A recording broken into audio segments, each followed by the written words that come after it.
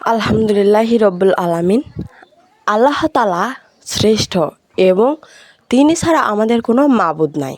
যদিও আমরা কোনো বিপদে পড়ে থাকি, কখনো কোনো মানুষকে শরণাপন্ন করা যাবে না। এটা একদম হারাম কাজ। কারণ কি জানেন? আল্লাহ ছাড়া কেউ আমাদের রক্ষা করতে পারবে না। হয়তোবা আপনি বলতে পারেন যে ওই লোকটার জন্য আমার জীবনটা বেঁচে গিয়েছে, কিন্তু এটা আপনি একদম শিরক কাজ করবেন। কারণ কি, আল্লাহ হয়তোবা সেই লোকটার মাধ্যমে আপনাকে বাঁচিয়েছে, কিন্তু আপনাকে সেই লোকটা বাঁচায়নি। আল্লাহ তাআলা নিজে আপনাকে বাঁচিয়েছেন এবং কার মাধ্যমে বাঁচিয়েছেন। আল্লাহ তাআলা অসীম ক্ষমতার অধিকারী।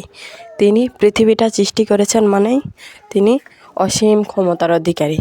আমাকে যদি কেউ বলে যে আমি আল্লাহ তাআলার বিষয়ে যদি কারোর সাথে আল্লাহ তাআলাকে তুলনা করা হয়, সেটা হবে শিরক, যা কখনো ক্ষমার যোগ্য না।